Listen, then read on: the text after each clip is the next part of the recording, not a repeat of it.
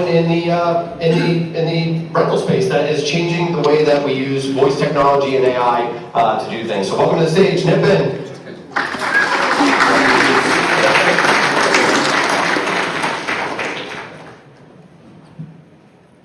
Hey, good morning, everyone. My name is Nipun Dubey, co-founder and CEO of HappiNest.AI. Let's go to the next slide. So I want everyone to take a second and just imagine that it's 2:07 a.m. and a renter finally has a few minutes of quiet.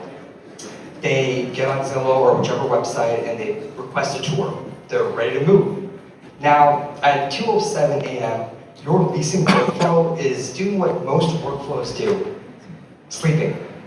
So that's the gap between an always-on renter in today's society versus a not always-on workflow, which is where vacancy days are born, which is where your team wakes up consistently behind.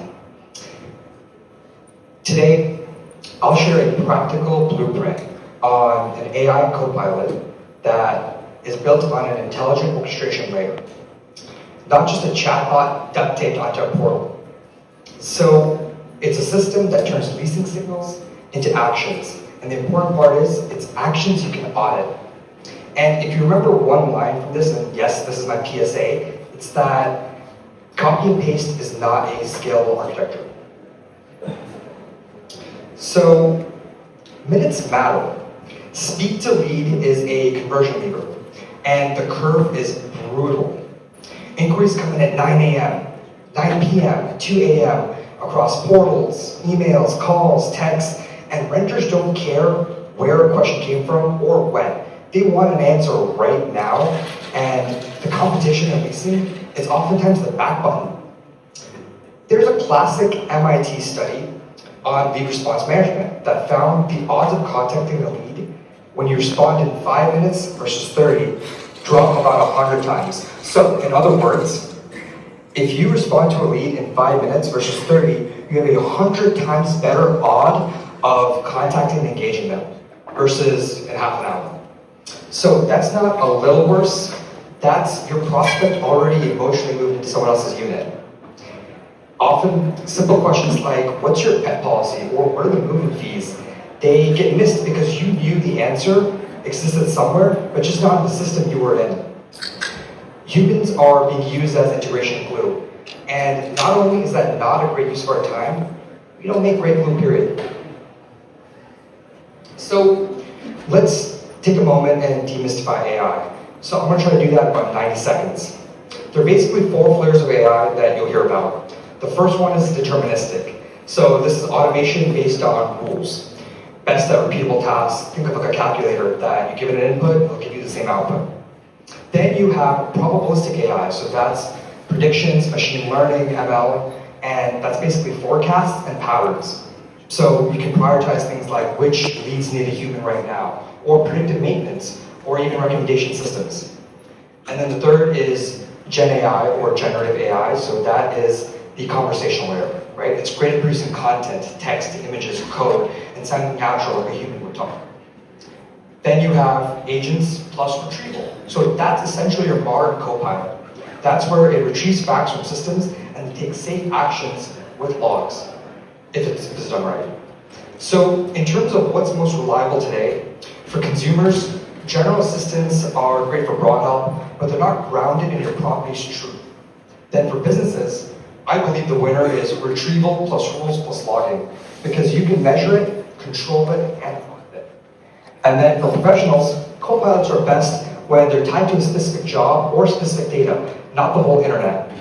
So choose the right approach for the job versus one type of AI for everything. So what does AI orchestration actually mean? Well, here's the mental model. Leasing needs a loop, not a pile of tools. So we have the lead to lease loop. You have ingest, normalize, decide, act, learn. At HappiNest, we call it indel for short. So ingest is ingesting every raw signal from leads, calls, texts, and so on. Normalizing is normalizing that chaos into structured data. Decide with guardrails built on rules and models. Act across your systems. Schedule a tour, send confirmations, and then sync back to your system of record.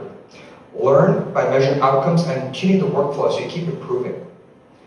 And if you do this well, your team stops firefighting and it starts closing. You know, quick warning, so if the workflow is broken, AI just makes that broken workflow go faster. It's like putting a jet engine on a shopping cart. You know, it might move fast, but it's still a shopping cart.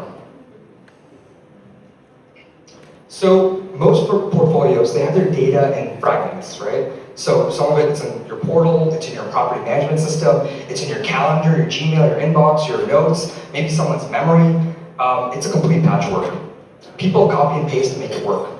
So if your data model is fuzzy, your AI will be fuzzy. But not only that, it will be confidently fuzzy, which is even worse. So we treat leasing like systems engineering. Signals come from portals, web, voice, SMS, property management systems to inventory. Then we normalize it into a few objects, right? So that's your lead profile, your unit snapshot, your policy context, your conversation state. At HappiNest, we call it a private asset database, which is structured leasing truth that you can query, govern, and measure. With the unified model, this is the difference between what did someone do yesterday versus the portfolio knows this right now with certainty. So here's the truth, the one that actually makes the system work. Reliability beats cleverness. Make it boring on purpose, although my CTO right there never gets bored. Inquiries become events. Events go through a queue. The orchestrator moves a lead through a state machine, right? You respond, qualify, propose times, book, confirm, reschedule, follow up, and then sync everything back to your system of record. And it needs safety, meaning no double bookings, right? No phantom tours. Because in real life, renters reschedule, phones drop, calendars change. The workflow has to survive reality. Without a robust orchestrator, automation creates more chaos than it resolves. So, as a rule of thumb, treat AI like a service with uptime targets, not a magic cure-all. So, responsible AI isn't optional, especially in today's day and age that we live in. There's two pillars to this, retrieve and control. So first, retrieve data, don't invent data. If the renter asks about availability, fees, pet policy, tour inventory, the system should be grounded in answers that are based on actual data. If the system can't retrieve the truth, the correct behavior is to ask a clarifying question or escalate. Second, controls. This means configuring your least privilege access. It means handling your personal identifying information with a lot of care. It means having anti-steering guardrails so the AI doesn't veer off. It means human fallback. Audit logs that show what was asked, what was retrieved, what action was taken, and when. The Department of Housing and Urban Development has been clear that the Fair Housing Act applies across housing workflows with AI involved, particularly with algorithms, including advertising and applicant-related workflows. So we stay leasing first here. In housing, no guardrails is also known as please talk to our attorney. So think guidance, transparency, consistency, and clean handoffs. So measurement is the product, right? You can't scale vibes, you scale metrics. So measure the loop. Seconds to respond, tour scheduled, lead to tour, tour to lease conversions, your application started and completed, so your abandonment rate.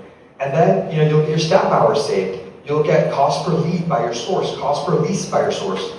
Measurement turns opinions into debugging. If response is fast, but tours are low, scheduling is broken. If tours are high, but leases are low, follow-up or the application flow is broken. Measurement feeds the learning loop and shows where to invest next.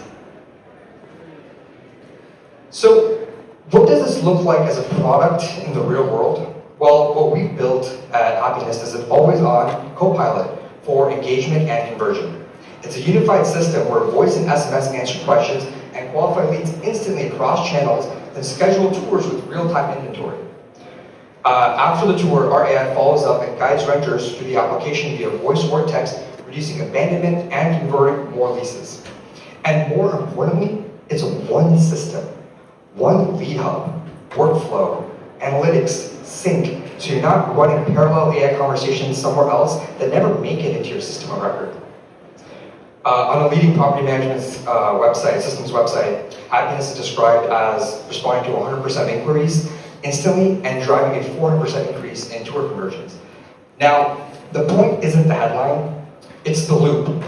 Consistent engagement, consistent next steps, measurable outcomes. AI handles the first mile consistently, so people can handle nuance and focus on fostering that human connection. Well, here's where a lot of leasing funnels quietly die. It's right after the tour. The renter liked the unit, then life happens, right? They get busy, they forget, they start an application on their phone in a grocery line, and that goes exactly as well as you expect. So the next step is an application co-pilot. Guidance, nudges, and clarity in the same voice and text thread with the same context. It's able to handle edge cases that aren't in a typical application format, right? Let's say I'm on disability income, or I'm a gig worker and I have income from multiple different sources, or maybe I'm a trust that pays for my expenses. So these are some situations that a dynamic, active co-pilot can handle versus a traditional leasing application which hasn't changed in about 75 years. So renters, they need it simple, right? What's next? What do you need from me? How long will it take? What property managers need and real estate folks need is fewer incomplete applications, fewer follow-ups, cleaner handoffs.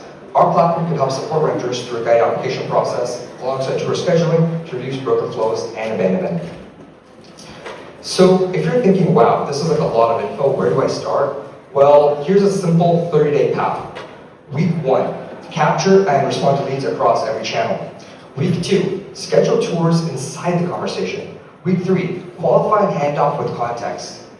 Week 4, you measure, you tune, and you fix the data, you fix what's broken. Keep your high-stakes decisions with humans and avoid automating that until certain criteria are met. Focus first on reducing abandonment and speeding up the leasing cycle. Once things are set up, establish monitoring systems. Very important. Ship mindfully, measure honestly, and expand responsibly. So, when we look at vendors and when you're evaluating them, one of the things I always think of is AI ethics, safety, accessibility, extremely important. And these are some questions which help me uncover the truth when I'm talking to them. Can it ingest all the channels that I need? Does it handle reschedules and failures gracefully, right, without freaking out? Does it do safe retries so it doesn't double book people, because that is super inconvenient? Is encryption provided without needing a PhD in compliance? Are fair housing and privacy controls built in? Can leasing teams edit their workflows without having to wait for weeks and weeks for some engineers to get back to them? Are there comprehensive metrics and dashboards? If they can't show logs and metrics, it's a black box. And in property management, black boxes are like mystery meat. Maybe it's fine, but you probably don't want to serve it to compliance. So if we zoom out and we look at the big picture, right? AI is projected to add 16 trillion to the global economy by 2030 and create new markets and asset types. In real estate, that means AI-powered property management. It means autonomous leasing flows. It means predictive analytics. Everything from new asset types to innovations in investment models. Once leasing signals are structured, you get true, real portfolio intelligence. You get visibility into demand by source and market. You get visibility into vacancy risk, bottlenecks. You get visibility into underwriting quality and capital allocation. So that's great, but regulators are watching, especially when it comes to algorithmic coordination, particularly in rent setting. New York last year passed a bill which restricts certain algorithmic rent setting coordination. Emphasis on the coordination. So the principle is simple. Use first-party data, your own data. Document your controls. Keep the logs and build insight tools with guardrails. Build systems that help you understand your portfolio, not systems that invite a subpoena. So speaking of legal, how do you get them to say yes to all this stuff? Well, first, you define boundaries and scope. Next, you version your policies. It's super important to keep change history across different versions and iterations. You map PII, so that's personal identifying information, retention, deletion. You conduct fair housing reviews, right? Risk assessments. You create an incident response playbook. You monitor it, you have alerts, you roll back. And then of course you have dashboards with an exportable audit package. Compliance isn't a one-time project, it's an ongoing process. So let me just start wrapping up with about where HappiNest is today and where we're headed. We've built from day one a platform that is grounded in ethical AI, that's meant to make AI safe and accessible to all folks, whether you went to college, you didn't go to college, whether you worked in tech for 20 years, or you're just getting started this year. Today, we're an AI co-pilot that automates lead response, qualification, tour booking, follow-ups, and now application guidance. Across voice, text, all tied back to your system. Next quarter, we're doubling down on the application co-pilot experience. Tighter status tracking, stronger nudges, cleaner handoffs, and more integrations. All measured, not guessed.